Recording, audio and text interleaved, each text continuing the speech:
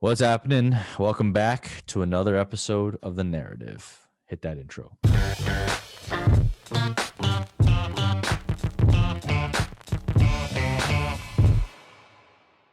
This week's narrative. You should be chasing vacated opportunity and vacated targets at the wide receiver position.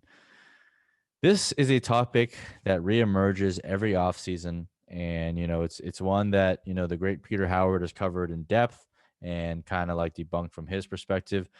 Where I stand on this, if you guys follow me and follow my Twitter, you kind of know that I'm on the stance where like you don't really chase vacated opportunity when it comes to wide receiver. What you really want to do is chase vacated talent, or like what you want to do is chase the talent of the player, right? And I put out a tweet I covered on the Mark Watch Mondays.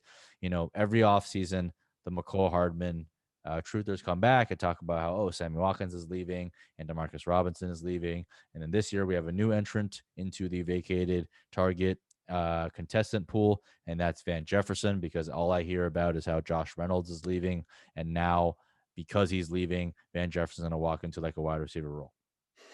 Here's the problem with that approach, right? If you're not good enough to earn targets on your own in the presence of other talent, you can always be replaced. They're constantly drafting new wide receivers. We always talk about how deep this wide receiver pool is in the 2021 class. There is going to be a replenishment of talent at that position. There is no chance in hell the Chiefs are going to go into next season with just McCole Hardman and Tyreek Hill wide receiver, right? They can draft someone. They can draft a De'Ami Brown. They can draft another speedster. They can draft, freaking, I don't know, Jalen Waddle probably won't be there, but they can draft, someone else down the line like an Amon St. Brown. And all these guys are more talented than him, in my opinion, and can absolutely supersede him and relegate him back to the bench.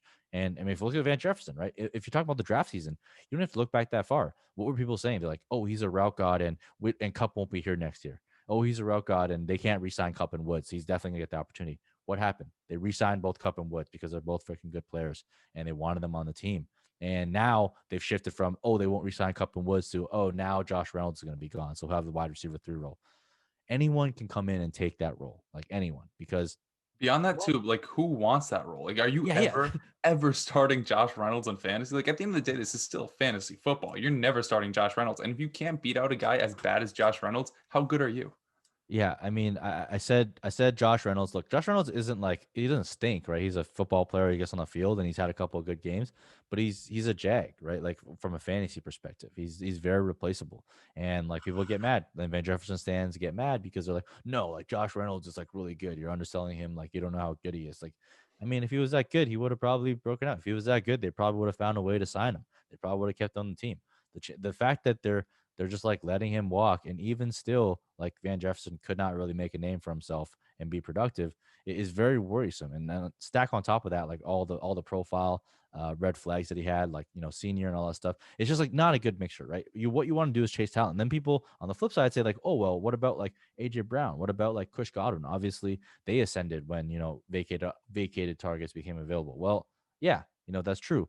But how they got there was because they were actually very talented in the first place, and they were already producing before that opportunity came, right? Like Calvin Ridley is an example that gets brought up. He was producing as a rookie and as a sophomore in the presence of Julio Jones. And Austin Hooper leaving, did that contribute to his target volume going up a bit? Yeah, probably. But you know what else contributed to it? Him being in his third year in the league and developing as a wide receiver and developing legitimately into one of the better wide receivers in the league. So that's the path you want to chase. You don't want to have your reason for chasing someone be, oh, well, the 100 targets are leaving this team. That's not the way to do it. Now, running Like, backs a can I cut totally you off different real thing. quick? Yeah. Sticking on that same exact situation in Atlanta, who do we think was going to be the biggest breakout tight end this year? Hayden Hurst, because Austin Hooper was gone. We thought those vacated targets would go right to him.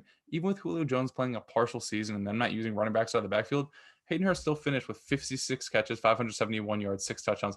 A very mediocre, albeit probably like the tight end 12, so a tight end 1 finish, but a very mediocre season because you have guys like Russell Gage, who, even though they're Jags, they're probably still more talented as receivers than a guy like Hayden Hurst, who was given opportunities to produce in Baltimore, was drafted ahead of Mark Andrews, couldn't do anything, was a first round pick, didn't do anything, had 2 years there. Then he comes over. You think just because Austin Hooper's gone, every single stat that Hooper put up was going to be transcribed onto Hayden Hurst's production instead of maybe put onto Julio Jones's plate or Calvin Ridley's plate or fucking Olamide Zacchaeus' plate. Like there's other receivers mouths to feed. It's not always a one for one thing. Like, oh, this tight end leaves, a new tight end comes in, or a wide receiver may leave. This new receiver is going to prop up and take their numbers. There's always random guys that you don't account for producing like a Russell Gage. They're going to take away from the perceived upside of a guy like a Hayden Hurst, of a guy like a Van Jefferson, and of guys like you mentioned before, even like a Tyler Johnson next year. Like I loved him coming out of college. Chris Godwin might not be brought back next year. That doesn't mean I'm going to go out and buy him for a second round pick because I think he's going to step into a Chris Godwin role. He might put up 500 yards next season, but 500 yards, who's ever starting a guy who puts up 500 yards over a 16 game season? It's not smart to be hopeful over speculative receivers that couldn't even get on the field when, there's a chance for them to take over the wide receiver 3 job. What's going to make you think that they have the right to take over the wide receiver 2 job and produce for fantasy because of it?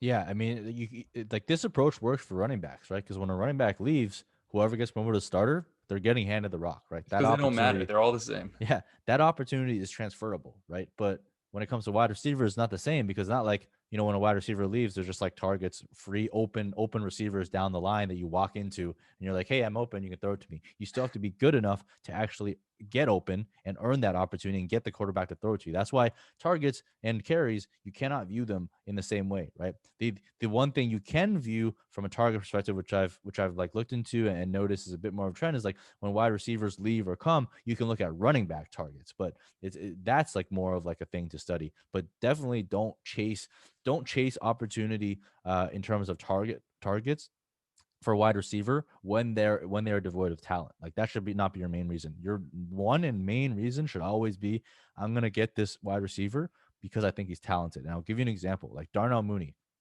I really like Darnell Mooney, right? And we both have liked Darnell Mooney for quite some time. I think he's actually a really good receiver, right? And the fact that Allen Robinson is leaving might give him an opportunity to then like prove out the way that he is and what he can become. But like, I'm not buying Darnell Mooney just because Allen Robinson is leaving, because they could always bring in another free agent like Alpha to take that role, right? That's better than Darnell Mooney. I'm buying Darnell Mooney because I think he can be good and have standalone value regardless of if they sign someone and bring Allen Robinson back or whatever. I think he's going to progress and become better as a receiver in his second year. So that's kind of like the thought process that I go through when I'm looking at wide receivers. And I really hope that you guys kind of take that approach as well and don't fall for the Twitter hive of like, hey, let's buy into Mecole Hardman or like Van Jefferson because XYZ wide receivers leaving, because talent is fluid and it's always incoming into the league. And I just really hate going down the path where like, I'm not going to chase untalented players because opportunity and situations can change like real quick.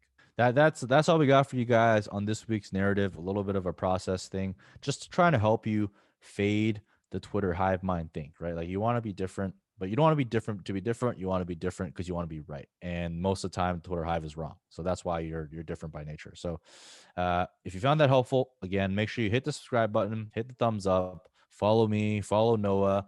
Come to Twitter, where we shut on Twitter all the time, but we still welcome you on Twitter because it is a fun place, especially when it's like 3 a.m. late at night and you're checking out Fusu Receipts Twitter. It's freaking hilarious. I highly recommend you guys go check it out.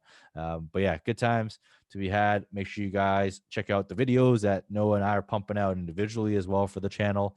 Noah's been putting out some ranks and mocks, so make sure you guys check that out, and then come back again next week because we'll be here again every single week, just grinding, just grinding. All right, that's all we got.